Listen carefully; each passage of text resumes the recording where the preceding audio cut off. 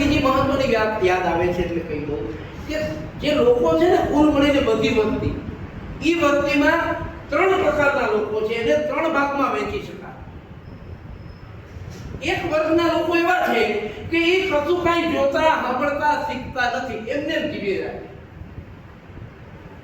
બીજો એક એવા લોકોનો વર્ગ છે કે જો એને કહેવામાં આવે, જો એને શીખવવામાં આવે, જો એને બતાવવામાં આવે તો એ શીખે છે, તો એમ કરે છે, તો એ સમજે છે.